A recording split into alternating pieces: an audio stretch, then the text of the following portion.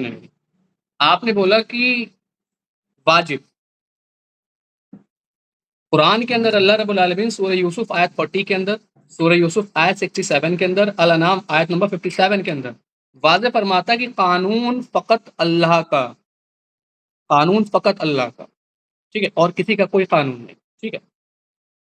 دوسری چیز، اللہ پھر سورہ کہف کے اندر آیت 26 کے اندر اللہ رب العالمین ارشاد فرماتا ہے کہ اللہ اپنے حکم میں کسی کو شریک نہیں کرتا. ٹھیک ہے. آپ اتنی دیر سے ہمیں یہ ساری باتیں بتائے جا رہے ہیں کہ اس کے اوپر یا اس کے اوپر یا فلانا یا ڈمکانا. ہم آپ سے ایک سیدھا سا مطالبہ کر رہے ہیں، بڑا چھوٹا سا مطالبہ کر رہے ہیں کہ جب آپ نے ہم سے بولا کہ آپ قرآن یا حدیث کی نص سے تقلید کو واجب ثابت کر دیں گے، آپ اس دلیل پہ نہیں آ رہے ہیں. ہم نے آپ کے لیے آسان کر دیا تھا، بڑا آسان کر دیا تھا ہم نے آپ کے لیے کہ آپ ہمیں ایک حدیث دکھا دیں کہ جس کے اندر آپ صلی اللہ علیہ وسلم نے فرمایا ہو، جس کے اندر آپ صلی اللہ علیہ وسلم نے فرمایا ہو کہ میرے بعد فقہ کے 4 امام ہوں گے، ان میں سے کسی ایک کی تقلید تم پر واجب ہوگی.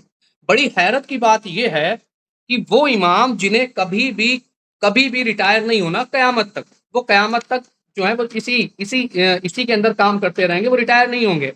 ان کے بارے میں ایک بھی حدیث نہیں ملتی، ایک بھی حدیث نہیں ملتی. چاروں میں سے کسی امام کے لیے ایک حدیث بائی نیم نہیں ملتی. ٹھیک ہے.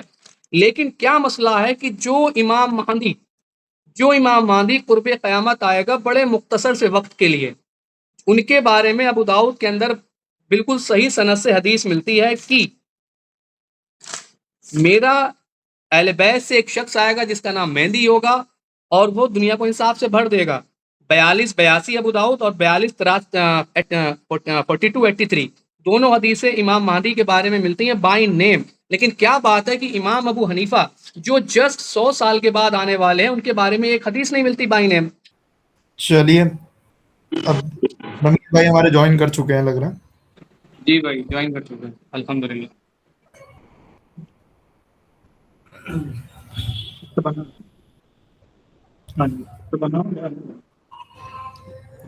ایک سیکنڈ اسٹاپ پریزنٹنگ. ہاں جی دیکھیے میری آئی ڈی جوائن ہے، ٹھیک ہے، لیکن میں اسی سے کلام کروں گا، اسی آئی ڈی سے، کیونکہ لیپ ٹاپ پہ یہی آئی ڈی جوائن ہے. ٹھیک ہے ٹھیک ہے. ٹھیک ہے. تو دیکھیے ویسے تو لگ بھگ سبھی حضرات کو معلوم ہے کہ ہم لوگ یہاں پہ ابھی کیوں آئے ہیں، کیوں جمع ہوئے ہیں، مگر جن لوگوں کو نہیں معلوم تو ان کے لیے یہاں پہ ہم چھوٹا سا ایک تعارف پیش کر دے رہے ہیں.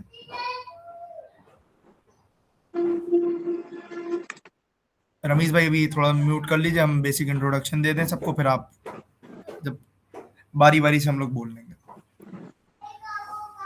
تو یہاں پہ ہم لوگ موجود ہیں ایک ویسے تو اسے لفظ مناظرہ کے ساتھ اس گیدرنگ کو جو ہے جوڑنا وہ صحیح نہیں ہے، میرے نزدیک خلاف ادب ہے، کیونکہ نہ ہم عالم دین ہیں اور نہ سامنے جو ہمارے بیٹھے ہیں رمیز بھائی، حالانکہ وہ ہو سکتا ہے وہ اپنے آپ کو سمجھتے ہوں مگر نہیں.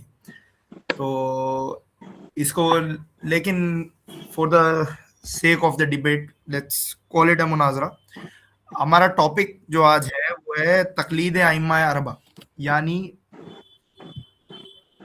یعنی امام اعظم ابو حنیفہ، امام مالک، امام شافعی اور امام احمد بن حنبل، جن کو ایک ساتھ جب ہم بولتے ہیں تو ہم ائمہ اربعہ کہتے ہیں، یعنی کہ 4 امام، 4 ائمہ.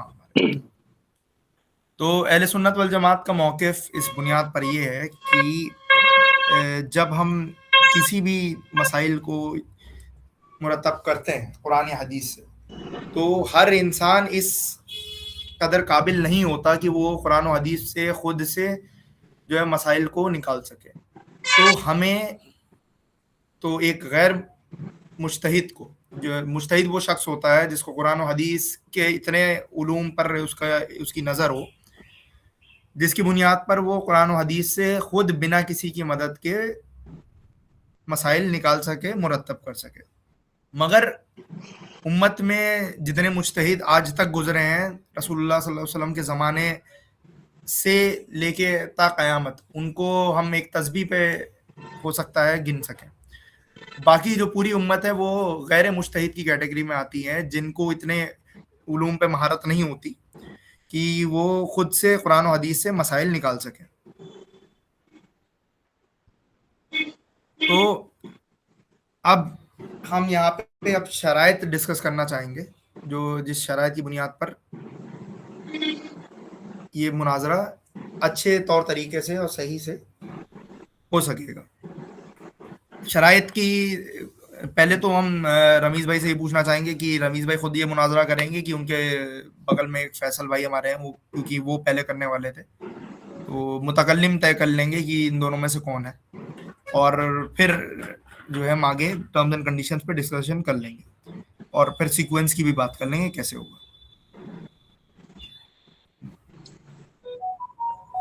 دیکھیں میرے بھائی، مناظرہ انشاءاللہ تعالیٰ ہم کریں گے، اس میں کوئی ہنسنے والی بات نہیں ہے.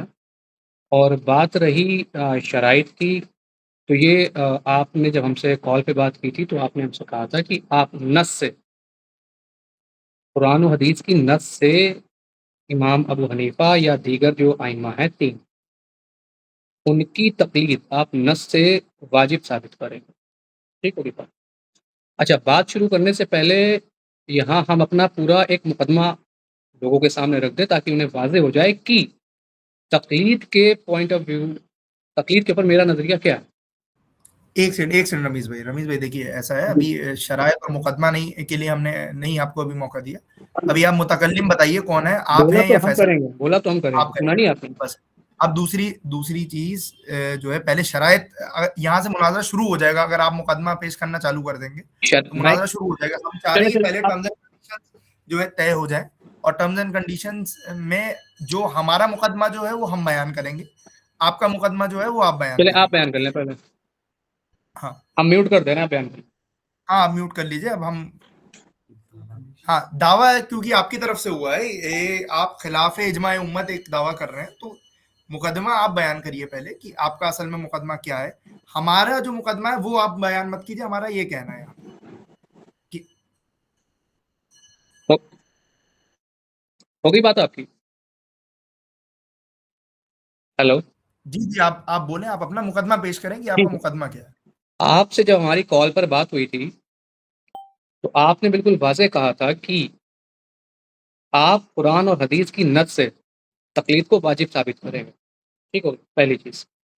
دوسری چیز، جو میرا مقدمہ ہے تقلید کے حوالے سے، اس کے اندر سیدھی سی بات ہے کہ اگر کوئی شخص کسی کی بھی تقلید کر رہا ہے، چاروں میں سے کسی کی بھی تقلید کر رہا ہے، تو ہم اس کے اوپر کوئی بھی حکم نہیں لگا. میرا اپنا کلیم ہے یہ. ٹھیک ہے، اس سے کوئی اختلاف کرے تو کر سکتا ہے، اس کی مرضی ہے.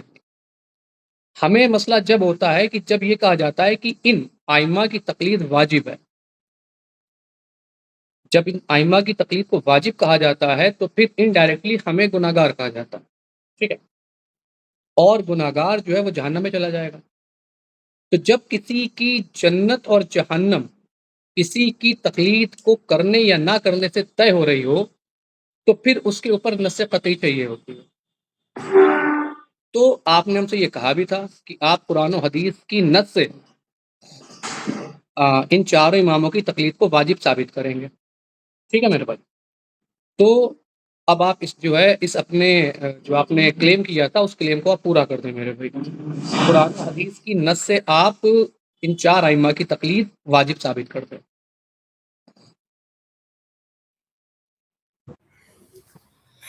ہاں جی. ابھی تو ایک سیکنڈ، تھوڑا سا کچھ گلچ.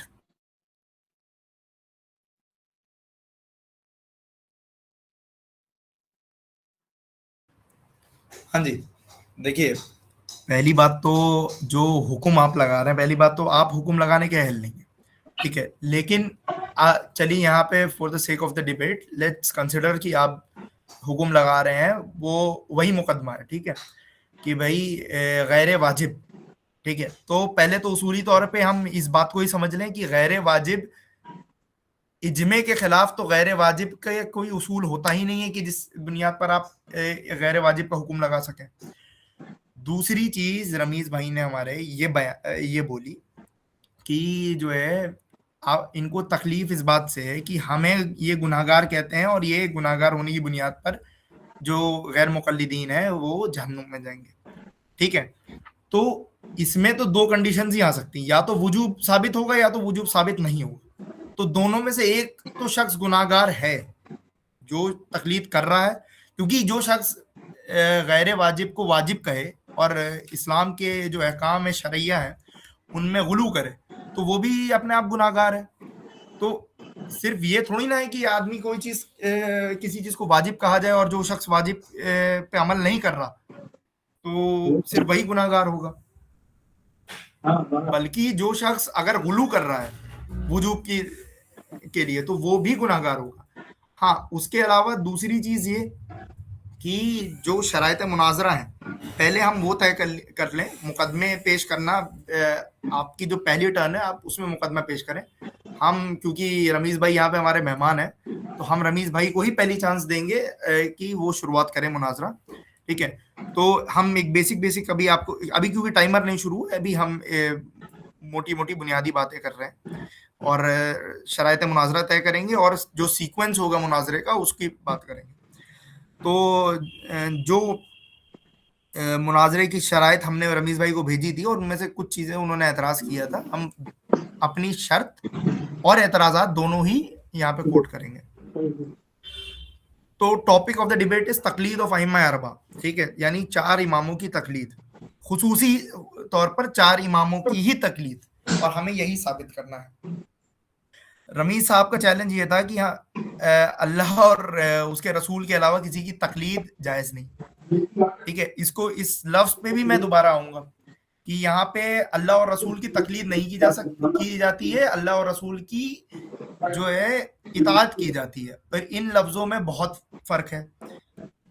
دوسرا, اب یہاں پہ میرا مقدمہ یہ ہے یا ان کا میرے لیے چیلنج یہ ہے, دعویٰ یہ ہے کہ ہم یہاں پہ تقلید کو واجب ثابت کریں گے قرآن و حدیث سے, اور اس کی وہ انٹرپریٹیشنز کی ضرورت کیوں ہے پہلے تو اس کی ایک اصل جان لیجئے. اور رمیز بھائی کو بھی اختلاف ہوگا تو ہم ان کو بالکل موقع دیں گے اس بات کو رکھنے کا, کیونکہ ان سب چیزوں کو طے کیے بغیر مناظرہ شروع نہیں ہو سکتا. انٹرپریٹیشنز کی ضرورت اس لیے ہے کیونکہ پہلی بات تو جو ترجمہ ہے حدیث یا قرآن کا وہ بھی ون آف اٹس کائنڈ یہ انٹرپریٹیشن ہی ہے کہ اس لفظ سے کیا مانا ہے, یہ اس لفظ کا انٹرپریٹیشن ہی ہے. ہاں, یہاں پہ یہ چیز آپ کی کہنا کہ ہاں بھائی میں عربی کا اتنا جانکار ہوں, میں بنا ترجمے کے جو ہے کسی چیز کو سمجھ سکتا ہوں, تو آپ اس بنا انٹرپریٹیشن سے کام لے سکتے ہیں. لیکن جہاں تک میری نالج میں ہے اور جہاں تک آپ کو خود معلوم ہے اور یہاں جتنے لوگ معلوم ہے کہ نہ آپ اور نہ ہم عربی لغت کے یا عربی زبان کے اتنے جانکار ہیں کہ ہم خود سے تراجم کر سکیں. تو اس میں انٹرپریٹیشنز میں ایک ہم نے شرط یہ رکھی ہے کہ جو انٹرپریٹیشنز ہو, یعنی کہ جو تفسیر قرآن ہو یا شرح حدیث, یہ 2 بیسک چیزیں ہوتی ہیں قرآن و حدیث کو سمجھنے کے لیے. کیونکہ دیکھیے آپ کی اور ہماری عقل ناقص ہے, نہ آپ نے ساری حدیث پڑھ رکھی ہے اور نہ ہم نے ساری حدیث پڑھ رکھی ہے. تو کسی بھی چیز میں حکم لگانے کے لیے اس شخص کا almost entirety of the context کو جاننا بہت ضروری ہے. اس کے بغیر وہ حکم لگائے تو ہو سکتا ہے کہ اس سے کوئی ایسی حدیث چھوٹ جائے جس کی بنیاد پر جو وہ حکم لگا رہا ہے اس کا رد ہو. ٹھیک ہے, کیونکہ بہت سارے زیادہ تر احکام جو ہوتے ہیں وہ واضح طور پہ نہیں موجود, تو ان کا کہیں نہ کہیں انٹرپریٹیشن ہی ہوتا ہے. اب انٹرپریٹیشنز کے لیے ہم نے شرط یہ رکھی ہے کہ جو انٹرپریٹیشنز ہو وہ کم سے کم سن 1750 عیسوی یعنی 1750 آفٹر ڈینومینیشن یعنی اے ڈی کے پہلے ہو. اس شرط کا جو ہمارا ایک طرح سے کہہ سکتے ہیں آپ کہ اس کی وجہ یہ ہے کہ جو اختلاف امت اہل سنت کے اندر ہوا, یعنی جو تفرقہ پڑا سنیت سے, جو فرقے الگ ہوئے ہیں یا اہل حدیث کہنے والے اپنے آپ کو حضرات جو, یا جو دیوبندی اپنے آپ کو کہتے ہوں, یا باقی امت کے مطابق جو ہمیں اہل سنت والجماعت کو بریلوی کا جو ہے ٹیگ دیا جاتا ہے, وہ ان سارے جو اختلافات ہیں ان کی جو ٹائم لائن ہے وہ 1750 میں محمد ابن عبد الوہاب نجدی کی پیدائش کے بعد شروع ہوئی. تو ہم چاہتے ہیں کہ اس سے پہلے کی جتنی کتابیں ہوں ان کو بیسس بنایا جائے، تو تاکہ کسی طرح کے اختلافات نہیں ہوں. یہ نہ ہو کہ ہم کسی کا تفسیر قرآن پیش کریں تو رمیز بھائی یہ کہیں نہیں یہ تو بریلوی ہیں تو ہم نہیں مانیں گے ان کی، اور یہ کسی کا پیش کریں تو ہم کہیں یہ تو وہابی ہیں ہم نہیں مانیں گے. ٹھیک ہے، تو اسی لیے ہم چاہتے ہیں کہ یہ جو اختلاف شروع ہی ہوا، یہ جو لفظ ہی آیا امت کے اندر، اس سے پہلے کی جتنے ائمہ ہیں ان کی کتابوں سے یہ چیزیں ثابت ہوں. ٹھیک، اب کنڈیشنز یہاں سے شروع ہوتی، شرائط یہاں سے شروع ہوتی ہے کہ جو ٹاپک سینٹر آف ڈیبیٹ ہے اس کے علاوہ ٹاپک نہیں چینج ہوگا. ٹھیک ہے، آپ بیچ میں یہ نہیں لائیں گے کہ نہیں بھائی مزارات پہ جانا کہاں سے ثابت ہے، نہ آپ یہ باتیں کریں گے کہ مطلب جتنے اختلافات آپ کے ہیں اہل سنت والجماعت سے ان کے بارے میں کوئی بات نہیں ہوگی. ہاں ہم ان پہ بھی مناظرہ کرنے کو ریڈی ہیں، اگر جو لوگ سن رہے ہیں اگر ان کو یہ لگے کہ ہم ان سے کنارہ کشی کر رہے ہیں تو ویسا نہیں ہے، ہم ریڈی ہیں. بٹ کیونکہ یہ بے تکی بحث ہو جائے گی اگر ٹاپک چینج ہونے لگی ہیں، تو ابھی ہم یہ چاہ رہے ہیں کہ مناظرہ ہو صرف ایک ٹاپک پہ، وہ ٹاپک ہے تقلید ائمہ اربعہ. دوسرا اسی کنڈیشن کی ایک ایکسٹینشن ہے کہ ٹاپک کو مڈ ڈیبیٹ چینج کرنا، اور جو ہے اس کے کہہ سکتے ہیں جو پارٹی چینج کر رہی ہے، یعنی رمیز بھائی کر رہے ہیں تو رمیز بھائی، اور میں اگر چینج کر رہا ہوں تو میں، جو یہ کام کر آٹومیٹیکلی اس ڈیبیٹ سے ہار چکا ہے. اس سے یہی سمجھا جائے گا کہ وہ اپنے اس ٹاپک پہ جو اس کا موقف ہے وہ پروف نہیں کر پا رہا ہے، اس لیے وہ دوسرے موقف پہ شفٹ کر رہا ہے. تیسری چیز جو پیرامیٹرز ہیں جن پہ بات ہوگی وہ اگریڈ اپون ہے، قرآن، حدیث، تفسیر اور انٹرپریٹیشن آف حدیث یعنی شرائع حدیث. اب یہ جو کتابیں ہیں جیسے میں نے بتایا یہ 1750 سن سے پہلے کی لکھی ہوئی کتابوں میں سے ہی لی جائیں گی، انہی کی شرح لی جائے گی، انہی سے تفسیریں لی جائیں گی. اب جو حدیث کی جو گریڈنگ ہے جہاں پہ پھڈا پڑتا ہے اصل میں کہ یہ حدیث ضعیف ہے، یہ حدیث حسن ہے، یہ حدیث صحیح ہے، تو پہلی بات تو یہ بھی کسی امام کا قول ہے، یہ خود حدیث میں تو ہوتا نہیں ہے، اور نہ رسول اللہ صلی اللہ علیہ وسلم نے یہ فرمایا کہ میری احادیث کو جو ہے آگے جا کے تم لوگ بانٹ لینا اور کیٹیگرائز کر لینا ضعیف، صحیح، حسن میں، تو یہ موضوعات میں. تو یہ تو جو راوی ہیں ان کی اسٹرینتھ پہ اور جو علماء کی کامنلی ایگریڈ اپون کنڈیشنز ہیں ان کی بنیاد پہ یہ چیزیں آئیں کہ حدیثوں کو گریڈ کیا جانے لگا. اب کیونکہ اس چیز میں اختلافات ہو سکتے ہیں، بھائی میں کسی حدیث کو پیش کروں، رمیز بھائی ہو سکتا ہے کہیں کہ یہ حدیث ضعیف ہے میں اس کو نہیں مانوں، یا رمیز بھائی کسی کو حدیث کو پیش کریں ہم کہیں کہ نہیں یہ تو ضعیف ہے. تو اسی کی بنیاد پر ہم یہ کہہ رہے ہیں کہ جو گریڈنگ آف حدیث ہے سب سے پہلا جو مانا جائے گا وہ یہی ہے کہ اگر جس محدث کی حدیث ہے، مان لیجیے امام ابن ماجہ علیہ الرحمہ کی لکھی ہوئی حدیث ہے، سب سے پہلی گریڈنگ انہی کی سمجھی جائے گی. ٹھیک ہے، یا پھر جو امت میں ایگریڈ اپون محدثین ہیں جنہوں نے اسماء و رجال یعنی کہ دا چین آف نیریشنز کے علم کو ایک طرح سے ماسٹر کیا ہے، ان کے قول کو سنا جائے گا. جیسے کہ فار ایگزامپل امام ابن حجر الاسقلانی علیہ الرحمہ، یا پھر امام ابن حجر الہیتمی المکی الشافعی علیہ الرحمہ، یا پھر امام زاہبی جنہوں نے سیار عالم نبلا جو نبلا تو اس میں کئی جلدوں میں جو ہے اسماء و رجال کے علوم کو لکھا. اور اسی طرح کے جو ایگریڈ اپون محدثین ہیں یا ائمہ دین ہیں ان کی گریڈنگ کو یہاں پر مد نظر بات کی جائے گی. اور اسی شرط کی ایکسٹینشن میں ہم یہ بھی بولیں گے کہ اگر آپ کسی حدیث کو ضعیف کلیم کرتے ہیں، حالانکہ یہ لاسٹ شرط ہے، ہم بیچ کی دو شرطیں اس کے بعد بولیں گے کیونکہ کنٹینیوشن میں تو ابھی بول دے رہے ہیں کہ اگر رمیز نے مان لیجئے کہا کہ بھائی فلاں حدیث ضعیف ہے، تو جو کلیمنٹ ہے یعنی یہاں پہ کلیمنٹ فور ایگزامپل رمیز ہے، تو رمیز کے اوپر یہ اٹموسٹ رسپانسبلٹی ہے کہ اس چیز کو ثابت کریں کہ یہ حدیث ضعیف ہے اسماء و رجال کی بنیاد پر، نہ کہ سنہ.com سے کوئی حدیث لے آیا اس میں نیچے لکھا ہے ضعیف بھائی البانی، تو ہم تو تسلیم کرنے نہیں والے البانی کو، کیونکہ البانی جو ہے وہ ابھی کے جو ہماری شرط ہے اس کے خلاف چلی جائے گی بات. البانی جو ہے ہمارے 100 سال پرانے محدث ہیں ان کی بنیاد ان کے حساب سے. تو ہماری جو ویکنیس ہے حدیث کی یا پھر حدیث کو صحیح ثابت کرنا، یہ پرانے محدثین کے جو اقوال ہیں ان کی بنیاد پر ہوگا. ہاں جی، ایک شرط اس پہ رمیز ذرا غور کریں کہ اگر کوئی امام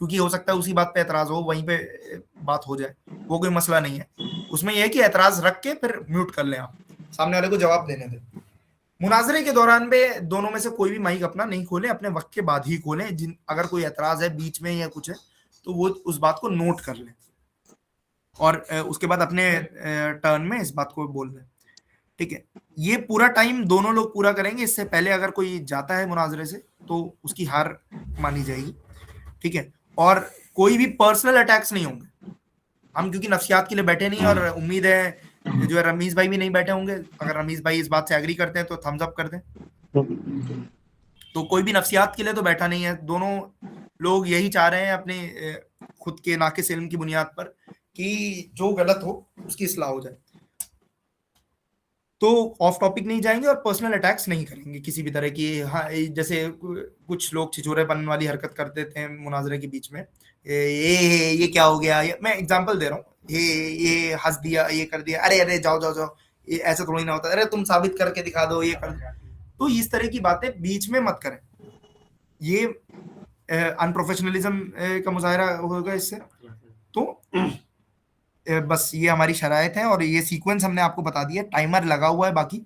ٹھیک ہے, تو 6 منٹ کا ہی ٹائمر اگر آپ کو جو ہے ساتھ میں وہ بھی کرنا ہے, ویریفائی بھی کرنا ہے ٹائمر, تو ایک بغل میں آپ کے جو شخص ہوں ان کے موبائل میں بھی ساتھ میں ٹائمر لگا دیں, تو ٹائم میچ ہو جائے گا. 5-10 سیکنڈ کے اوپر نیچے میں کوئی مسئلہ نہیں. ٹھیک ہے, ہاں مقدمہ طے کریں. ٹھیک ہے, پہلی بات تو آپ کو اصولی, ابھی آپ کو جب آپ مائک کھولیں گے تو آپ کو 2 چیزیں ثابت کرنی. پہلے تو آپ جو آپ کا مقدمہ ہے, پہلے تو شرائط میں آپ طے کر لیجیے گا. اس کے بعد جو آپ کا مقدمہ ہے اس کی شرعی حیثیت آپ کو ثابت کرنی ہے کہ غیر واجب کا جو حکم ہے یہ کہاں سے آتا ہے. غیر واجب کے حکم جیسی کوئی چیز ہوتی بھی ہے کہ نہیں تقلید کے معاملے میں شریعت میں, اور یہ آپ سے پہلے یہ کس امام نے یہ اس بات کا دعویٰ کیا کہ تقلید صرف غیر واجب ہے, اور اس کا اصول کیا ہے.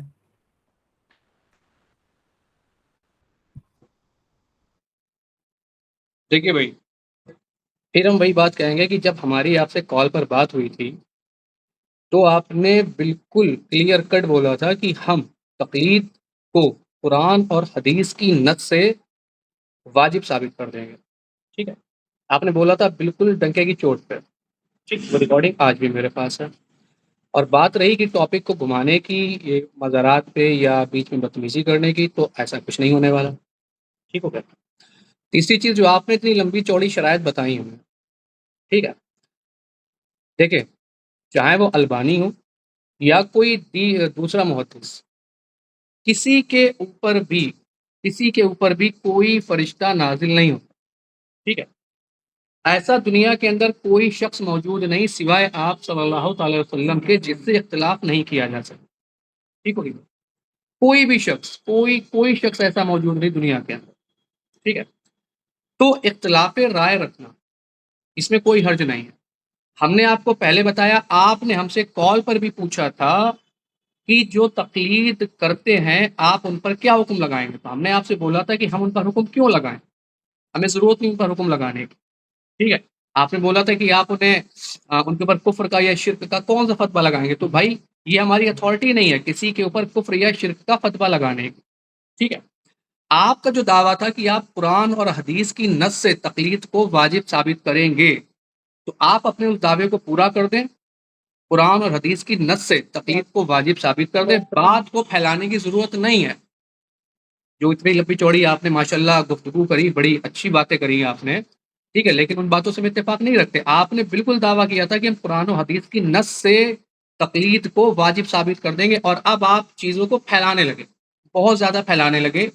اتنا زیادہ پھیلا دیا کہ مطلب کیا ہی بتائیں آپ کو. خیر وہ ایک الگ بات رہی, لیکن آپ کا جب یہ دعویٰ, ایک سیکنڈ, آپ کا جب یہ دعویٰ ہے کہ تقلید واجب ہے, ٹھیک ہے, اور آپ نے ہم سے یہ کہا تھا کہ آپ قرآن حدیث کی نص سے تقلید کو واجب کر دیں, ثابت کر دیں گے, تو برائے مہربانی آپ جو ہیں تقلید کو قرآن حدیث کی نص سے واجب ثابت کر دیں. بس کوئی ایک حدیث, ہم نے آپ کو بولا تھا کہ آپ ہمیں کوئی ایک ایسی آیت پورے قرآن کے اندر, کوئی ایک ایسی حدیث پورے ذخیرہ حدیث کے اندر آپ دکھا دیں کہ جس کے اندر آپ صلی اللہ تعالی وسلم نے ارشاد فرمایا ہو کہ میں میرے بعد 4 امام ہوں گے, ان میں سے کسی ایک کی تقلید تم پر واجب ہوگی.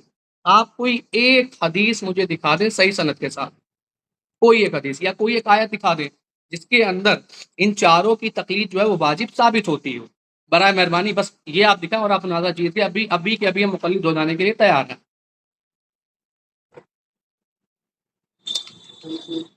حضرت ہم نے آپ کو وقت دیا تھا شرائط طے کرنے کے لیے، آپ جو ہے پھر اسی چیز پہ آ گئے کہ جو ہے میرا مقدمہ کیا ہے، ہم کیا چیز ثابت کر رہے ہیں۔ دیکھیے پہلی بات تو ہم نے ایک شروعات میں ایک بات بولی تھی، ہم کیونکہ لمبی بات ہو جا رہی تو ہو سکتا ہے کچھ چیزیں جو الگ چھوٹ جائیں، چھوٹے چھوٹے ٹاپکس میں بریک کر کے بات کریں گے۔ حضرت ایک منٹ کال آئی، کال اٹینڈ کر لیں، ایک سیکنڈ۔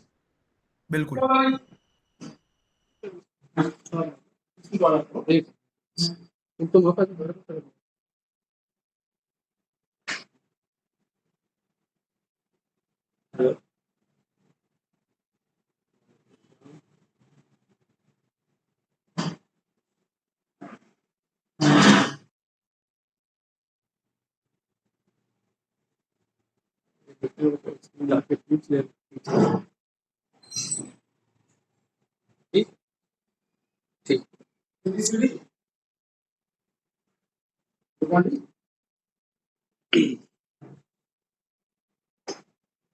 جی حضرت بولیں۔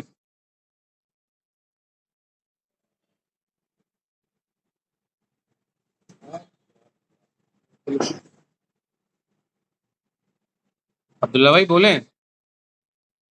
ایک منٹ امیز بھائی، واش روم تک گیا ہے، واش روم سے بس 1 منٹ میں آ رہا ہے۔ چلیے آ گئے، آ جاؤ بیٹھ جاؤ، کھول دیں مائک، کھول کھول دیں۔ دیں۔ ہاں جی دیکھیے رمیز بھائی ایسا ہے کہ پہلی بات تو دعویٰ ہوتا ہے اس شخص کا جو امت کے جو جمہور قول ہے اس سے اختلاف کرے۔ امت کا جمہور اس بات کا قائل ہے کہ ائمہ اربعہ کی تقلید کی جائے، ٹھیک ہے۔ آپ نے تو سب سے پہلے یہ ایک بیسک اصول توڑا، ٹھیک، کیونکہ بھائی اس کا اگزامپل میں آپ ناظرین کرام آپ لوگ غور کیجیے گا اس چیز پہ کہ میں رمیز بھائی کو تو کال پہ بھی یہ بول چکا ہوں، لیکن آپ لوگ کو اس کا ایک ایگزامپل موٹا موٹا یہ دیتا ہوں۔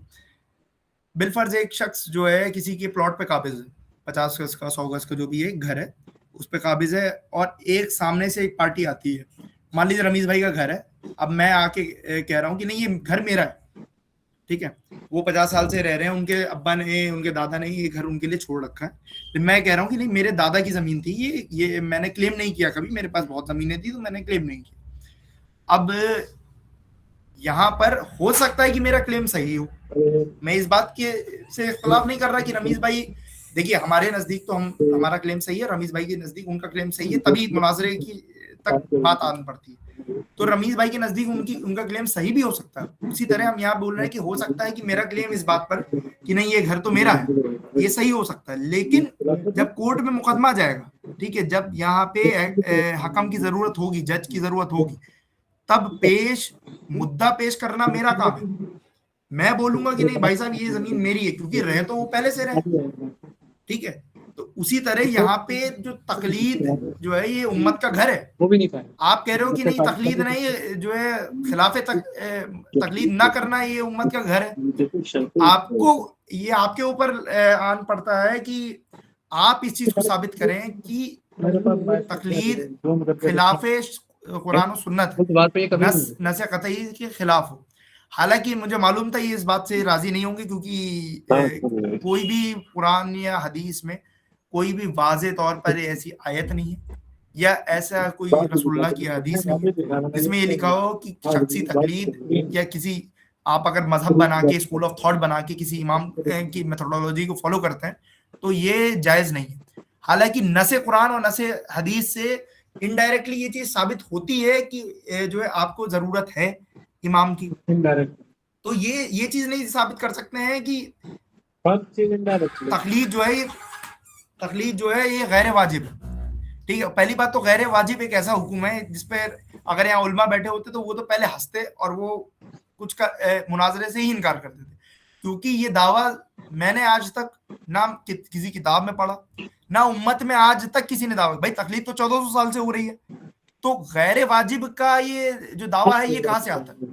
آپ کسی ایک کا دکھا دیجیے، ایک شخص جو امت میں یہ کہتا ہو کہ ہاں بھائی تقلید غیر واجب ہے، ہم جو وجوب کے قائل ہیں ہم ان کا اس لیے رد کرتے ہیں کہ وہ ایک جو ہے شرعی احکام میں غلو کر رہے ہیں, جو چیز واجب نہیں ہے اس کو واجب کہہ رہے ہیں. لیکن ہم یہ نہیں کہتے کہ تقلید حرام ہے, ہم یہ نہیں کہتے کہ تقلید شرک ہے, ہم یہ نہیں کہہ رہے ہیں جو تقلید کر رہا ہے وہ بدعت ایجاد کر رہا ہے. تو جب وہ یہ حکم لگا رہے تو یہ اپنی طرف سے ایک نیا قول ہے. تو پہلی بات تو آپ سمجھ, ایک لاجک سے سمجھیے چیز کہ ایک چیز جو 1400 سال سے آ رہی ہے اور ایک شخص 15ویں صدی ہجری میں آ کے یہ کہہ رہا ہے کہ نہیں ایک نیا حکم لگتا ہے ایسی چیز پہ جو 1400 سال سے چل رہی. تو یہ کلیم اپنے آپ میں ہی لاجیکل, حالانکہ اس کلیم سے میں ان کو رجوع کرنے کی پوری اجازت دیتا ہوں, اور میں اس کے بعد بھی مناظرہ کروں گا, کیونکہ کلیم سے ویسے نارملی اگر آدمی ہٹ جاتا ہے تو مناظرہ نہیں ہوتا. لیکن مجھے کیونکہ معلوم ہے کہ وہ انہوں نے جلد بازی میں وہاں پہ کال کے دوران یہ چیز بول دی تھی.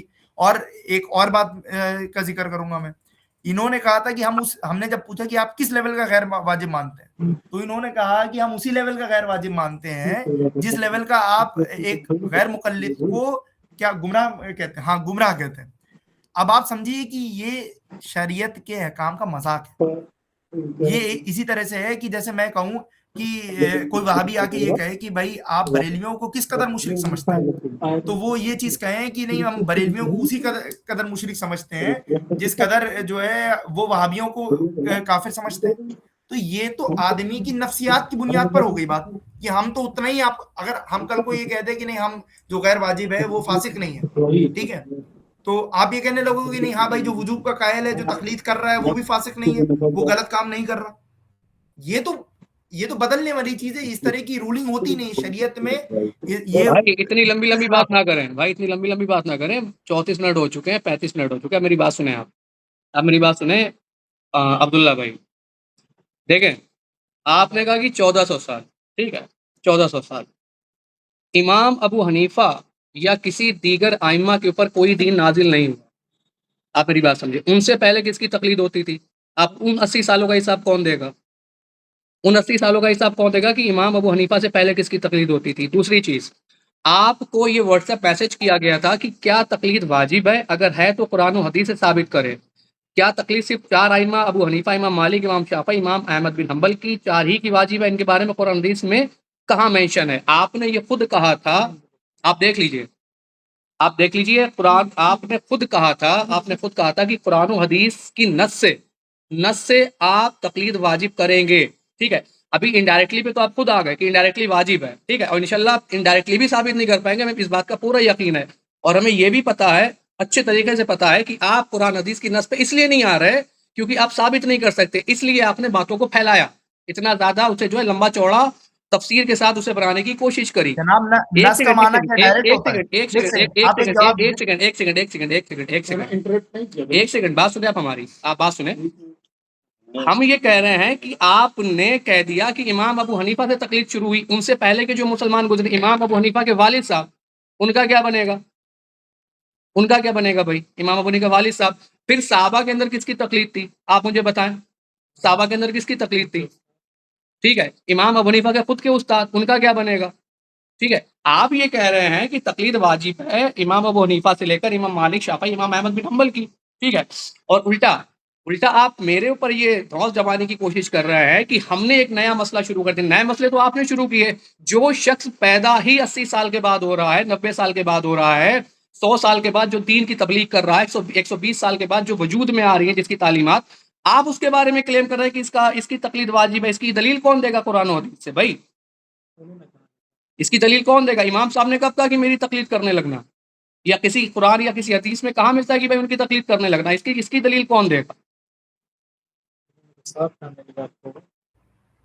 چلیں دیکھیے, ابھی تک جو رمیز بھائی نے کہا یہ عقل کے گھوڑے کہلاتے ہیں, ٹھیک ہے, یہ باتیں عقل سے نکالی گئی ہیں. یہ آپ جو غیر مقلدین حضرات بھی ہیں نا, ان میں سے کسی نے بھی یہ چیزیں ابھی تک ذکر نہیں کی, یہ باتیں.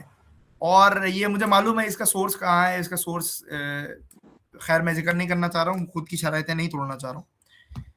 تو یہ جو بات کی گئی کہ 1400 سال تک تو آپ آگے, پیچھے کے 80 سال کون دیکھے گا, ٹھیک ہے. تو پہلی بات تو امام اعظم ابو حنیفہ علیہ الرحمہ 80 سال بعد پیدا ہوئے تھے. پیدا ہوتے ہی تو انہوں نے دین کا کام کرنا نہیں شروع کر دیا, ایک وقت لگا, پڑھے, سب چیز کی. تو میں اور ٹائم لائن لے رہا ہوں, میں تو 120 سال 130 سال کا قائل ہوں, ٹھیک ہے.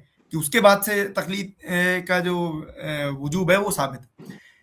پہلی بات، ہم جو ہے نا، ہمارا دعویٰ جو ہے وہ امت کے اجماع کی بنیاد پر ہے۔ اجماع کو ثابت کرنا ہماری ذمہ داری ہے کہ اجماع جو ہے یہ حق ہے۔ اجماع ایک ایسا اصول ہے قرآن و حدیث سے جو مرتب کیا گیا ہے، جس کی بنیاد پر اگر کوئی چیز بعد میں بھی آتی ہے تو اس کا وجوب ثابت ہوگا۔ میرا سوال رمیز بھائی سے یہ ہے، مختصر سا جواب دیں ابھی، کیونکہ مناظرہ شروع نہیں ہوا ہے، مناظرہ شروع کیا جائے گا اس راؤنڈ کے بعد، اس جواب کے بعد۔ اور کیونکہ انہوں نے 2 سوالات ہیں میرے بہت بنیادی، ایک تو سوال وہی ہے جو پچھلی بار کیا تھا، انہوں نے چھوڑ دیا، انہوں نے اس کا جواب نہیں دیا۔ دوسرا سوال یہ کہ وجوب کی شرائط کیا ہے، وجوب کا جو اصول ہے ان کی شرائط کیا ہے۔ مطلب اگر آپ میں سے کوئی نہیں سمجھ پا رہا تو مطلب یہ ہے کہ آپ جب کسی چیز کو واجب یا غیر واجب کہتے ہیں تو اس کے کچھ اصول ہوتے ہیں نا، اس کے کچھ پرنسپلز ہوتے ہیں۔ تو یہ شرائط آپ کہاں سے لا رہے ہیں؟ آپ کیونکہ غیر واجب کے قائل ہیں، ٹھیک، آپ کے نزدیک غیر واجب کب ہوگا اور واجب کب ہوگا، اس کی بس تھوڑی وضاحت کر دیں۔ دیکھیں بھائی، آپ نے صرف 80 سال والی بات کوڈ کری، جبکہ ہم نے یہ کہا تھا ایک شخص 80 سال کے بعد پیدا ہو رہا ہے، اس کے بعد وہ بڑا ہو رہا ہے، اس کے بعد وہ علم سیکھ رہا ہے، اس کے بعد وہ جو ہے تعلیم اپنی عام کر رہا ہے۔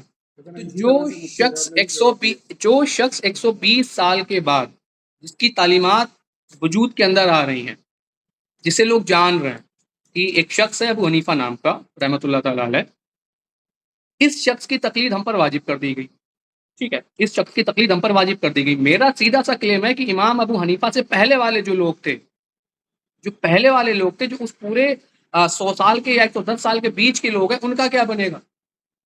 وہ تو بیچارے اس خاص ایک اسلامک کام سے جو ہے وہ تو محروم رہ گئے میرے بھائی، ان لوگوں کا کیا بنے گا؟ ایک سیکنڈ میرے بھائی، ایک سیکنڈ، ہم بڑا سکون سے سن رہے ہیں آپ کی بات، آپ بھی تھوڑا حوصلہ رکھیں، ٹھیک ہے۔ آپ نے بولا کہ اس کی یہ جو ہے نا کہ واجب، اس کی غیر واجب ہے، اس کی دلیل کیا ہے؟ تو میرے بھائی، کسی بھی چیز کا واجب ہونا یہ اللہ طے کرے گا، اور اللہ کے بتانے پر آپ صلی اللہ تعالی علیہ وسلم صحیح کریں گے، ثابت بتائیں گے آگے۔ باقی کسی تیسرے شخص کو یہ اتھارٹی ہی نہیں ہے وہ کسی کام کو فرض یا واجب بتا دے۔ اگر ہے تو آپ ذرا قرآن و حدیث سے دلیل دے دیں۔ چلیے اب ہم اس کو مناظرے کی شروعات مانیں رمیز بھائی؟ ہاں بالکل، آپ شروع کریں۔ اگر آپ جو ہے، نہیں آپ کو میوٹ ہے، آواز نہیں آئی، آپ اگر اس کو اپنا پہلا ٹرن مانے تو اس کو مناظرے کی شروعات مانی جائے، نہیں تو آپ ایک ٹرن پورا کر لیں۔ دیکھیں میرے بھائی، ہم آپ کو پھر بتا رہے ہیں کہ میرا سیدھا سا ماننا ہے کہ اگر آپ کسی چیز کو واجب کلیم کر رہے ہیں تو اس کی دلیل آپ کو قرآن حدیث کی نص سے دینی پڑے گی، جو آپ کا اپنا کلیم بھی تھا کہ آپ دیں گے، ٹھیک ہے۔ تو بس آپ اس کلیم اس دلیل کو دے دیں قرآن سے یا صحیح حدیث سے، بس میرے بھائی۔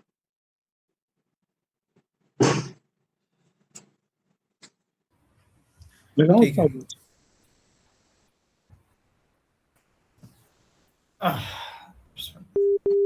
بسم اللہ الرحمن الرحیم، نحمدہ و نصلی علی رسولہ الکریم، اما بعد، اعوذ باللہ من الشیطان الرجیم، بسم اللہ الرحمن الرحیم۔ ناظرین اکرام، اب دیکھیے جب وجوب کی بات آتی ہے، ہم یہ کیونکہ اصل میں ترتیب سے مناظرہ ہو نہیں پایا، شروع ہو پایا، لیکن خیر جہاں سے ہم وہیں سے کنٹینیو کرتے ہیں اس بات کو۔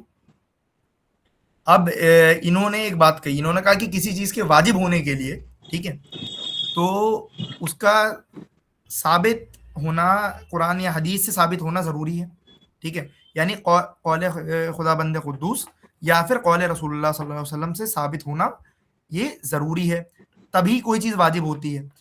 میرا پہلا سوال کہ یہ ڈیفینیشن کہاں سے آئی؟ اب لکھ لیں، لکھتے جائیں، ٹھیک ہے۔ یہ ڈیفینیشن کہ اللہ رسول کے بعد کوئی چیز واجب کوئی اور نہیں کر سکتا، یہ چیز کہاں سے آئی؟ ٹھیک، اس کے اصول کی مجھے مطلب دلیل چاہیے کہ آپ نے یہ اصول کہاں سے بنایا۔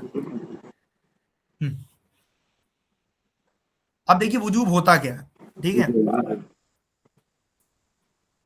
شرعن کسی کام کا لازمی طور پر طلب کیا جانا، یعنی ایک بائنڈنگ ڈیمانڈ جو ہوتی ہے وہ وجوب ہوتا ہے۔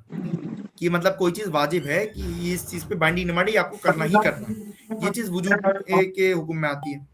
تو اس پہ حکم کیا ہوتا ہے کہ جو شخص کر رہا ہے اس کو ثواب ملتا ہے، اور جو شخص نہیں کر رہا اس کو گناہ ملتا ہے. میرا 43 سے ٹائم شروع ہوا تھا، 49 پہ ختم کروں گا میں. ٹھیک ہے. اب وجوب کس سے ثابت ہوتا ہے؟ اللہ اور اس کے رسول، ڈائریکٹ یا انڈائریکٹ دونوں طریقوں سے. اب وجوب کی اصل اور ٹائپس کیا ہوتی ہیں یہ سمجھیں. وجوب کا سورس ہوتا ہے ایک نص صریح، یعنی کہ ایکسپلیسٹ کمانڈ جو کہ قرآن سے یا حدیث سے ایک دم سیدھے سیدھے ہے، جیسے اقیم الصلاۃ، نماز قائم کرو. تو یہ پہلا طریقہ ہے جس سے ہوتا ہے، یہ اصل. ٹھیک ہے. دوسرا دلائلۃ النص، جسے ہم بول رہے ہیں امپلیسٹ میننگ، کنٹیکسٹ سے لازمی ہونا ضروری. ڈیرائیویشن تھرو اصول، یعنی اصولوں کے ذریعے. اور اصول کہاں سے آ رہے ہیں؟ اصول بھی قرآن و حدیث سے ہی آ رہے ہیں، انہی اصولوں کے ذریعے وہ چیز آئے. یا پھر تیسرا وجوب کا ہے وہ ہے اسکالرز جو ہیں انہی اصول سے احکام نکالتے ہیں، یہ تیسری چیز ہے. ٹھیک ہے.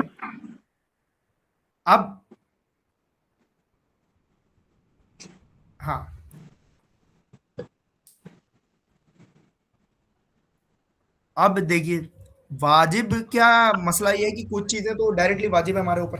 ٹھیک ہے.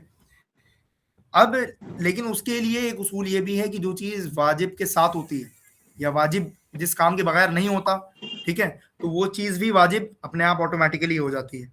ٹھیک ہے. اب وجوب کے لیے بنیادی شرائط کیا ہے؟ یہ شرعی دلیل ہو، یا حکم بائنڈنگ ہو نان آپشنل، یا تو ایک دم ڈائریکٹ ہو، یا تو وہ نان آپشنل ہو، یا تو اس کے لیے مقصود شرعی ہو کہ ضرور ایسا کوئی مقصد ہو جو شریعت کی بنا پر لازمی ہو جائے. ٹھیک ہے. اب تقلید جو ہے یہ واجب لغیری کے حکم میں آتی ہے. ٹھیک ہے. اب اس کا ریزن کیا ہے؟ ایک عام شخص جو ہے قرآن و حدیث نہیں سمجھ سکتا. اس کا ریزن کیا ہے کہ آپ جب کوئی چیز کہتے ہیں کہ یہ چیز قرآن ہے یا قرآن کی آیت ہے، تو اس سینٹنس میں اپنے آپ تقلید ہے. آپ تقلید کا پہلے تو ہم نے اس چیز کو سکپ کر دیا، حالانکہ شروعات میں ہونی چاہیے تھی.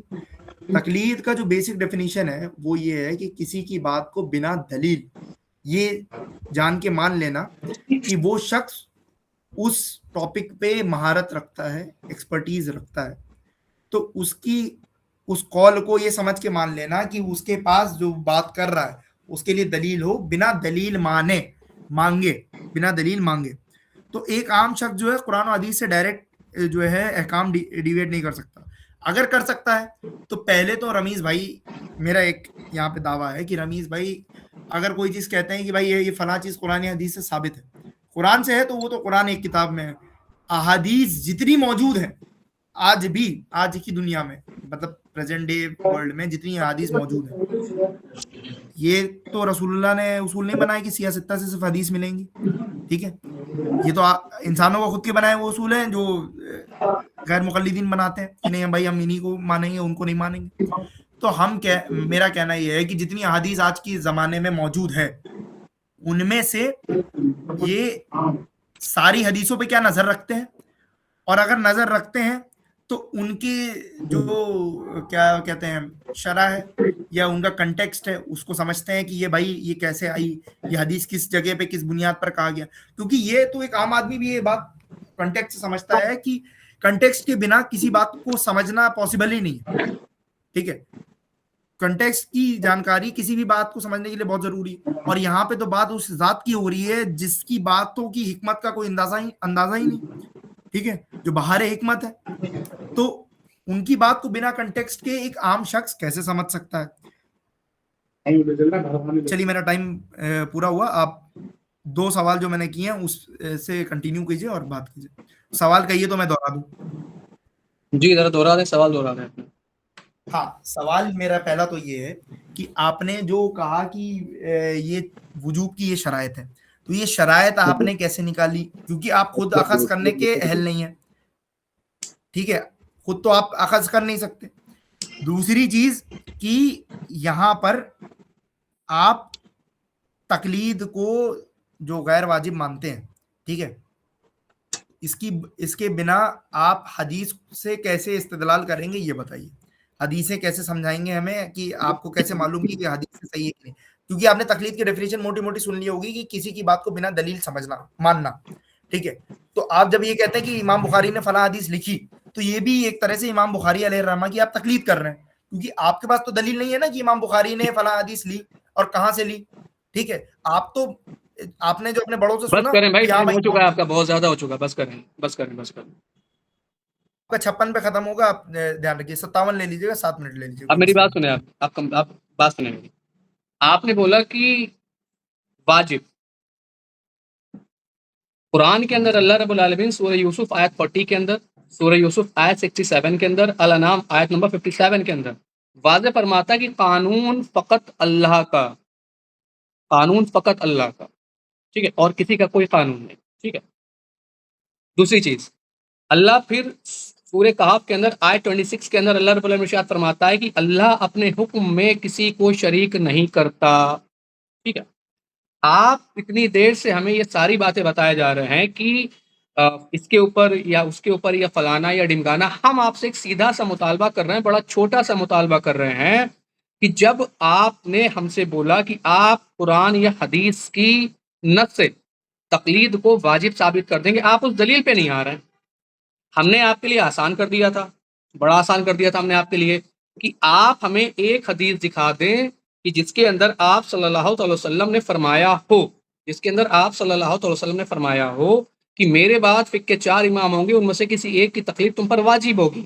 بڑی حیرت کی بات یہ ہے کہ وہ امام جنہیں کبھی بھی ریٹائر نہیں ہونا قیامت تک، وہ قیامت تک جو ہے وہ اسی کے اندر کام کرتے رہیں گے، وہ ریٹائر نہیں ہوں گے. ان کے بارے میں ایک بھی حدیث نہیں ملتی، ایک بھی حدیث نہیں ملتی. چاروں میں سے کسی امام کے لیے ایک حدیث بائی نیم نہیں ملتی، ٹھیک ہے.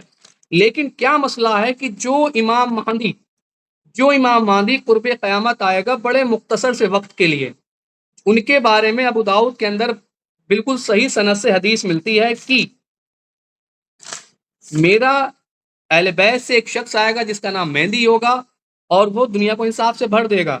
42 ابو داؤد اور 42-83 دونوں حدیثیں امام مہدی کے بارے میں ملتی ہیں بائی نیم. لیکن کیا بات ہے کہ امام ابو حنیفہ جو جسٹ 100 سال کے بعد آنے والے ہیں، ان کے بارے میں ایک حدیث نہیں ملتی بائی نیم. بڑے افسوس کی بات ہے میرے بھائی، آپ اتنی دیر سے باتوں کو گھمائے جا رہے ہیں لیکن آپ پوائنٹ ٹو پوائنٹ بات ہی نہیں کرنے کو تیار ہیں. آپ ایک دلیل دینے کے لیے تیار نہیں کہ امام ابو حنیفہ کی تقلید ہمیں کہاں سے مل رہی ہے. نہ تو میرے پاس کوئی قرآن سے سورس آپ آ رہا ہے کہ امام ابو حنیفہ کی جا کے تقلید کرنے لگو. آپ کہہ رہے ہیں کہ لوگوں نے بنایا، تو لوگوں کے اوپر فرشتہ نہیں اترتا، لوگوں کے پاس وحی نہیں آتی. اللہ رب العالمین کے جو رولز ہیں، جو لاز ہیں، اللہ رب العالمین نبی پاک صلی اللہ علیہ وسلم کو بتاتے ہیں، آپ صلی اللہ علیہ وسلم دنیا کو بتاتے ہیں. ایون نبی پاک صلی اللہ علیہ وسلم نے ارشاد فرمایا کہ تم پر لازم ہے میرے بعد اور میرے خلفاء راشدین کی سنت کو مضبوطی سے پکڑ لینا.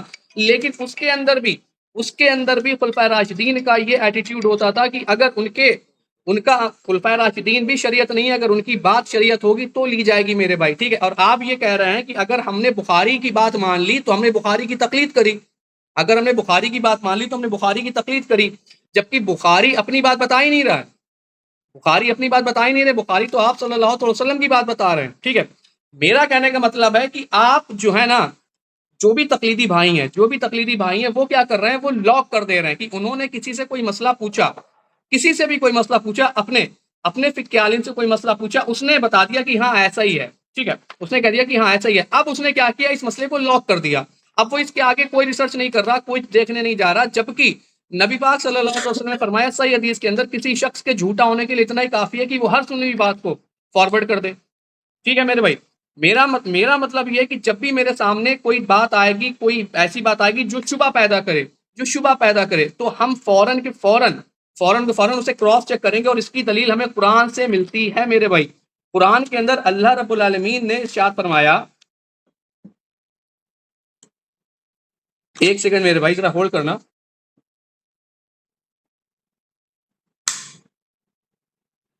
قرآن سورہ بقرہ آیت نمبر 137، پھر اگر وہ اسی طرح ایمان لائے جیسے تم ایمان لائے ہو، یعنی صحابہ، تو وہ ہدایت پا جائیں گے. ٹھیک ہے، تو اللہ ہمیں حکم دے رہا ہے کہ تم جس طرح ایمان لائے، جس طرح صحابہ ایمان لائے، اگر ہم لوگ اسی طرح ایمان لے آئے تو ہم لوگ ہدایت پا جائیں گے۔ صحابہ کرام نے کسی کی بھی تقلید نہیں کری، ان کے سامنے کوئی مسئلہ آتا تھا تو وہ اسے کراس چیک کرتے تھے جا کے، جیسے مثال کے طور پہ حج تمتع کے اندر جب بین لگا تو عبداللہ ابن عمر نے، حضرت عمر جو خلفائے وقت ہے، جو خلفائے راشد ہے، جس کی اتھارٹی آپ صلی اللہ علیہ وسلم نے دی ہے، لیکن عبداللہ ابن عمر رضی اللہ تعالیٰ عنہ نے اپنے والد سے اختلاف کر لیا، کس کی بنا پر؟ آپ صلی اللہ علیہ وسلم کی حدیث کی بنا پر، آپ صلی اللہ علیہ وسلم کے فرمان کی بنا پر، اور آپ کہہ رہے ہیں کہ ہم امام کی بات کو بنا دلیل کے تسلیم کر لیں، تو یہ کیسے ممکن ہے میرے بھائی؟ آپ مجھے بتائیں، اس کے اوپر بھی آپ ہمیں نظر دیں، اس کے اوپر بھی آپ ہمیں نظر دیں کہ ہمیں کسی کی بات بنا دلیل کے تسلیم کر لینی ہے۔ اگر آپ نظر دے سکتے تو اس پہ بھی نظر دیں۔ اور ابھی بھی میرا پہلا سوال وہیں پہ ہے کہ آپ نے ہمیں ان چاروں ائمہ کی تقلید واجب ہونے پر ایک بھی دلیل نہیں دی میرے بھائی، قرآن اور حدیث سے۔ اگر آپ کے پاس ہے تو آپ دیں، اور تھوڑا جلدی دیں میرے بھائی۔ چلیں شروع کریں آپ۔ دیکھیے آپ نے وہ قضیہ تو سنا ہی ہوگا کہ جلدی کا کام شیطان کا ہے۔ ہم نے مناظرے کی شروعات میں یہ بات طے کر لی تھی کہ 10 راؤنڈ پورے ہوں گے، آپ کو پہلی راؤنڈ میں قرآن کا کوٹیشن چاہیے، ہم بالکل دیں گے، ہم اس کے بنا آئے ہی نہیں، ٹھیک ہے۔ اب دیکھیے پہلے تو ان کے جو دعوے ہیں ان میں تھوڑا سا کھوکھلا پن میں آپ کو دکھاؤں گی کیا ہے۔ اصل میں کیا ہوتا ہے نا کہ جب کوئی شخص قرآن حدیث کو کوٹ کرتا ہے، آدمی فوراً کان کھڑے ہو جاتے ہیں کہ ارے یار اس نے تو قرآن سے بات کر دی، اس نے حدیث سے بات کر دی، لیکن کیونکہ عام آدمی اس لائق ہے ہی نہیں یا اتنے علم رکھتا ہی نہیں کہ وہ یہ سمجھ سکے کہ کس کنٹیکس میں کہی گئی ہے کس میں نہیں، تو اس سے کتنا فرق پڑتا ہے۔ اب ایک سیکنڈ کے لیے میں رمیز بھائی کو دوبارہ انوائٹ کروں گا، انہوں نے جو لاسٹ میں آیت پڑھی کیا بولتے ہیں صحابہ کرام کے بارے میں کہ ایمان اس طرح لاؤ جیسے صحابہ لائیں، تو اس کو ذرا دوبارہ پڑھیں ایک بار۔ سورہ بقرہ آیت 137، پھر اگر وہ اسی طرح ایمان لائیں جیسے تم ایمان لائے، ٹھیک ہے، میوٹ ہے اچھا اوکے،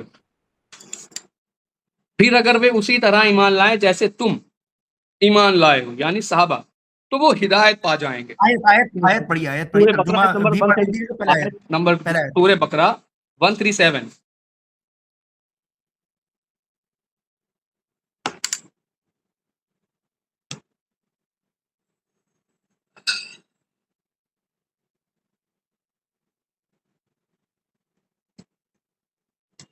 بھائی صاحب آپ پڑھیے، میں کہہ رہا ہوں ارے بھائی بول تو دیا، آپ نے دلیل دی نا، میں وہ کہہ رہا ہوں کہ آپ پڑھیے اس چیز کو، بول تو دیا۔ پھر میوٹ ہے آپ کا، دیکھیے۔ ارے بھائی سورہ بقرہ آیت نمبر 137، پھر اگر وہ اسی طرح ایمان لائیں جیسے تم ایمان لائے، یعنی آیت پڑھیے، آیت ترجمہ نہیں میرے بھائی، تمہیں سے کیا لینا دینا ہے بھائی؟ آپ اپنا کام بتائیں بھائی، آپ اس کے آگے دلیل دیں، آپ اپنے دعوے پہ تو ایک دلیل دیں کہ ان ائمہ اربعہ کی تقلید ہم پہ واجب ثابت کری گئی ہے، آپ دلیل کب دیں گے میرے بھائی؟ مجھے لگ رہا ہے آیت نہیں پڑھ پا رہے، میں پڑھ دے رہا ہوں۔ کون سی آیت آپ کو پتا ہے؟ سورہ بقرہ آیت 137۔ یس،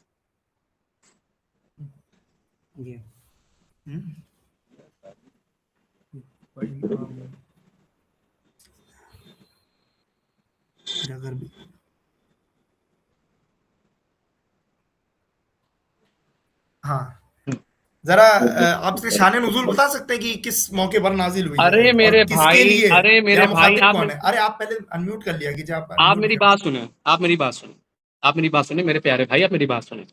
ہم اتنی دیر سے قریب 1 گھنٹہ ہو گیا ہماری اور آپ کی بات ہوتے ہوئے۔ ارے آپ ابھی ہر بار ہر موقع پہ آپ کنکلوڈ کر رہے ہیں۔ ایک سیکنڈ میرے بھائی، ارے میرے بھائی ایک سیکنڈ، اتنی دیر سے بات ہوتی جا رہی ہے، آپ نے ابھی تک ان ائمہ کی تقلید واجب ہونے کے اوپر ایک بھی دلیل نہیں تھی۔ بھائی میں نے یہ کہا تھا کہ میں پہلے راؤنڈ میں دوسرے راؤنڈ میں دے دوں گا، صبر کیجیے، آپ صبر کیجیے بھائی اتنے لمبے، ارے بھائی سیدھی سی بات ہے، اتنے راؤنڈ کی ضرورت کیا ہے؟ اگر آپ کے پاس دلیل ہے تو آپ دے دیں، بات پہلے راؤنڈ میں ختم ہو جائے گی۔ ارے ایسے ہوتا تو ہم ایک ویڈیو بنا کے ڈال دیتے، ہو جاتا مناظرے کی ضرورت ہی کیا؟ ارے بھائی ہم نے اب نہیں، آپ جو ہے نا، آپ سنیں میری بات، آپ نے ایک منٹ، آپ نے کال کے اوپر ہم سے یہ بولا تھا، بالکل کلیئر کٹ بولا تھا کہ آپ قرآن و حدیث کی نص سے تقلید کو واجب ثابت کر دیں گے، اور آپ ابھی تک ایک بھی دلیل نہیں دے پائیں گے، ٹھیک ہے؟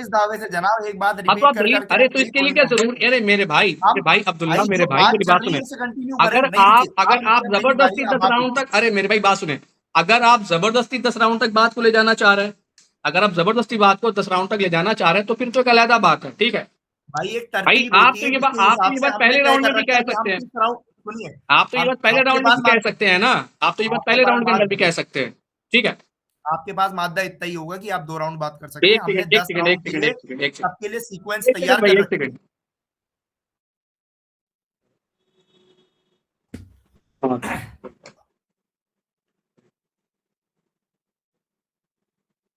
بھائی ذرا ہم صرف 10 منٹ کے لیے فیصل کو اپنی جگہ پہ بٹھا کے جا رہے ہیں. ہم ابھی آ رہے ہیں جب تک آپ اس سے اپنی دلیل کنٹینیو کریں. فیصل آؤ ادھر. آپ فیصل صرف سنیں گے, فیصل جواب نہیں دیں گے. نہیں فیصل بالکل ابھی بس ابھی 10 منٹ میں آ رہا ہے. آپ بات کریے. جی حضرت. آپ فیصل بھائی آپ جواب نہیں دیں گے, آپ بات سنیں گے اور اپنی بات نوٹ کر لیجئے. جو بھائی جب آئیں گے تو ان تک پہنچا سکتے ہیں آپ کے بات, کیونکہ وقت ضائع نہ کرنا بہتر بھی نہیں ہے, اور بھی لوگ موجود ہیں. ٹھیک ہے ٹھیک ہے بولیے آپ. حالانکہ یہ بات رمیزی سنتے تو بہتر ہوتا. خیر چلیے کوئی بات نہیں. انہوں نے ایک اصول بتایا رمیز بھائی نے کہ جو ہے کیا اللہ کے رسول نے ایسا فرمایا, یا کیا اللہ نے ایسا فرمایا قرآن میں کہ انہی 4 ائمہ کی تقلید ضروری ہے, یا ایسا کچھ. اور یہ ایک دعوے کے ساتھ ہے کہ جو اللہ رسول کی ڈائریکٹ جو قرآن و حدیث میں جو ایک دم ڈائریکٹ لٹرل ٹیکسٹ ہے, اس کے علاوہ کوئی احکام, کوئی شرعی احکام نہیں بن سکتے, یا کوئی کام ہو ہی نہیں سکتا. تو مجھے اگر لفظی نص سے ہی ہر چیز ثابت ہوتی ہے تو مجھے یہ دکھائیں کہ قرآن, سنت اور ان سے نکلے ہوئے قواعد کے حساب سے قرآن کو ایک مصحف کی شکل میں جمع کرنا, یعنی ایک طرح سے ہی لکھنا قرآن کے سارے ٹیکسٹ کو, حدیث کی کتابیں لکھنا, یا علم جرح و تعدیل کے قواعد, یہ کہاں سے ثابت ہیں. چلیے اب بات یہ ہے کہ قرآن کو سمجھنے کے لیے آپ کو تفسیر اور اس کا شان نزول یہ جاننا ضروری ہے. اس کے بنا آپ کبھی بھی قرآن کے ایگزیکٹ میننگ تک نہیں پہنچ سکتے. یہ جو آیت رمیز بھائی نے کوٹ کی, یہ اتنی بڑی ڈنڈی ہے یہاں پہ. اس کا ریزن یہ ہے کہ جو آیت کوٹ کر رہے ہیں یہ مسلمانوں سے یہاں پر خطاب ہی نہیں ہے, خطاب ہے یہاں غیر مسلم سے, کہ آپ اس طرح سے ایمان لائے جس طرح سے صحابہ اکرام ایمان لائے. ٹھیک ہے, کنٹیکسٹ کیوں ضروری ہوتا ہے یہ سمجھیے, اور کنٹیکسٹ کی امپورٹنس میں حدیث سے سنا رہا ہوں آپ کو. تب تک نکال بھی لو, خوارج کے متعلق حدیث ہے کہ وہ آیت پڑھیں گے جو سمجھ گیا نا, نکالو, وہ نمبر بھی پیش کر دیں گے ان لوگ کو. ہاں تو میں مفہوم بتا دے رہا ہوں حدیث کا, حدیث پیش بھی کر دیں گے اگر آپ کہیے گا تو. حضرت عبداللہ ابن عمر رضی اللہ تعالیٰ عنہ کی روایت ہے بخاری شریف میں, کتاب میں چیپٹر کا نام ہی باب الخوارج ہے. تو اس میں حضرت عبداللہ بن عمر رضی اللہ تعالیٰ عنہ نے فرمایا کہ خوارج اللہ کی مخلوقات میں سب سے بدترین مخلوق ہے. جب ان کے, میں مفہوم موٹا موٹا پیش کر رہا ہوں, یہ ایک دم لفظی ترجمہ نہیں ہے, میں آپ کو دکھا دوں گا وہ چیز, کیونکہ یہ آؤٹ آف کنٹیکسٹ بات تھی, مجھے ضرورت نہیں لگی تھی اس کی, تو اس کی تیاری نہیں تھی, یاد ہے میں بتا دوں. صحیح ہے صحیح ہے. تو ان کی جب خوارج کی نشانیوں کے بیان ہوا تو غالباً یہ حضرت عبداللہ بن عمر کا قول تھا, یا حضرت عبداللہ بن عمر نے رسول اللہ صلی اللہ علیہ وسلم سے نقل کیا. دونوں ہی چیز ہمارے لیے حجت ہے.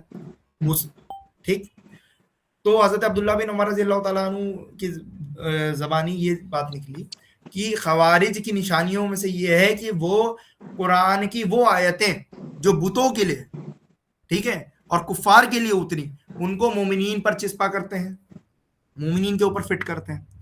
اور یہ ابھی پرائم ایگزامپل ہے جو ہوا اس کا. یہاں پر جو مخاطب ہیں, جو کنٹیکسٹ ہے, وہ غیر مسلمان ہے, مسلمان نہیں ہے. بولے میں کچھ بول سکتا ہوں, اجازت ہے؟ حالانکہ مناظرے کی شرائط میں تو نہیں ہوئی تھی. آپ نہیں رمیز تک میں اگر اجازت مانگ رہا ہوں سر حضرت آپ سے. اجازت کا معاملہ یہ ہے کہ آپ اجازت تو نہیں, آپ اگر نہیں ہے ترجمان تو پھر بنے, رمیز بولے گا. ٹھیک ہے ٹھیک ہے ٹھیک ہے, بولیے آپ بولیے, ہم نوٹ کر نہیں رہے ہیں. ٹھیک ہے آپ ہم نوٹ کر رہے ہیں, آپ بولیے بولیے. آپ رمیز کو یہ بات بتا سکتے ہیں کہ ہم ٹھیک نے ٹھیک یہ چیز بولی آگے, آپ کے ٹھیک وکیل, ہے ہم نوٹ کر لے رہے ہیں. ٹھیک ہے آپ نوٹ کریے. ٹھیک ٹھیک بولیے. یہ چیز ہو گئی. اب اگر جو سنیے رمیز حضرت بھائی ایک منٹ, یہ خوارج والی جو آپ نے بات بتائی ہے اس کو کوٹ کریں گے. ٹھیک ہے, رمیز ہاں کوٹ کرے گا اس کو. ٹھیک ہے ہاں بالکل بالکل, نو ٹھیک ہے.